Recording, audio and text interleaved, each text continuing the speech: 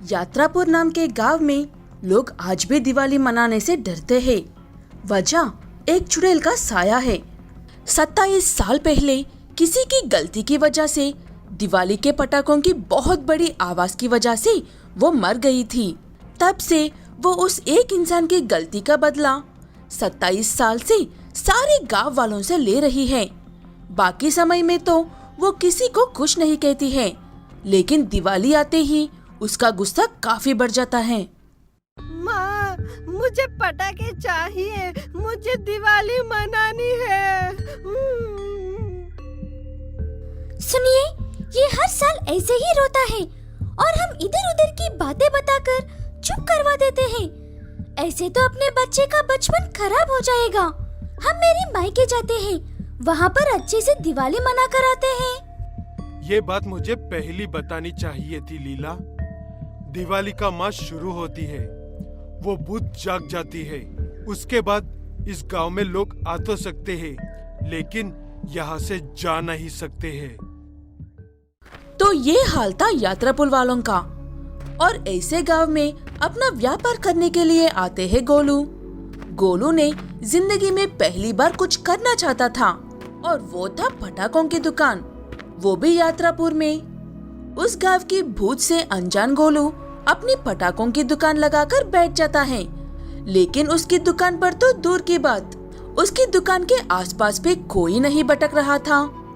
इसलिए गोलू लोगों को पटाखे खरीदकर फोड़ने के लिए, उकसाने के लिए बाजार में कुछ पटाखे फोड़ता है।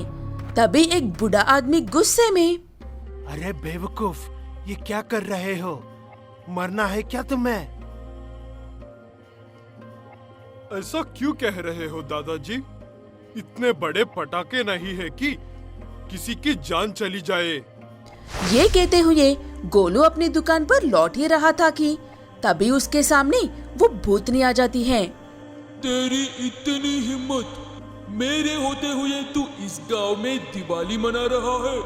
मैं तुझे छोड़ूंगी नहीं कमबख्त। ये कहते हुए वो गोलू को खूब मारती है और वहाँ से चली जाती है। गोलू को कुछ समझ में नहीं आता कि अभी अभी उसके साथ क्या और क्यों हुआ था। तभी वो बूढ़ा आदमी आकर उसे सारी बात बताता है। सब सुनने के बाद गोलू, मैं अब इस गांव में 1 मिनट भी नहीं रहूंगा। तुम्हारी किस्मत अच्छी है कि तुम जिंदा बच गए हो, और तुम दिवाली से पहले इस गांव से बाहर भी नहीं जा सकते हो। मैं दिवाली पर अपना व्यापार नहीं कर सकता, परिवार के पास नहीं जा सकता, तो मैं भी उस भूतनी को सुकून से नहीं रहने दूंगा। मैं हमेशा हार बिगड़ता हूँ, लेकिन इस बार मेरा काम ही बिगड़ना है। और किसी को परेशानी ना हो इसलिए गांव की सीमा पर पटाखे जलाकर वहाँ से भाग जाता था। जब वो भूतनी वहाँ पर आती थी तो वहाँ कोई नहीं होता था। गोलू ये बात जान जाता है कि वो भूतनी पटाखों से डरती है, इसलिए किसी को जलाने नहीं देती है। इसलिए गोलू अब उसके घर पर पटाखे जलाकर फेंकने लगा था। इस वजह से वो भूतनी बहुत ज्यादा डर जाती है, और जो जितना डरता है वो उतना ही ज्यादा खतरनाक हो जाता है। इसलिए वो भूतनी सारे गांव पर हमला करने लगती है, सारी चीजों की तोड़फोड़ करते हुए। तभी गांव का एक बहादुर आदमी सामने आकर, क्या चाहती हो तुम?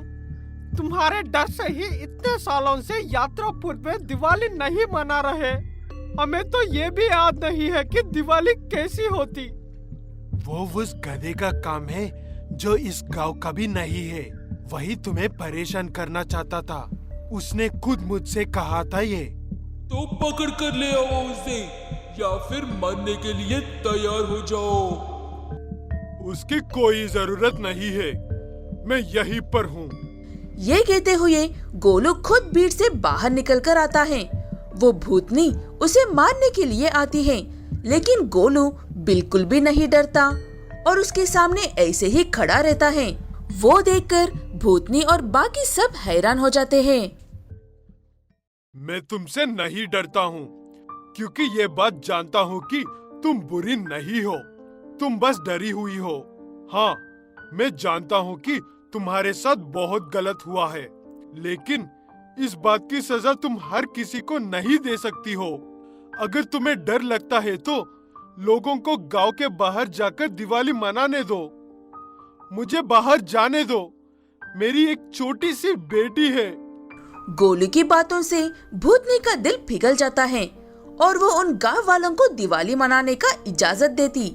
दिवाली मनाने के मतलब सिर्फ पटाखे फोड़ना नहीं, साथ मिलकर खुशियां मनाना भी होता है। ये कहकर यात्रापुर वाले शांत और सिर्फ रोशनी वाले पटाखे जलाकर एकदम सुरक्षित तरीके से अपनी दिवाली मनाते हैं। इसलिए भूतनी भी डरे बिना उनके देखकर खुश होती है। गोलू भी अपने घर चला जाता है और अपनी छोटी सी बेटी और पत्नी के साथ अच्छे से दिवाली मनाते हैं।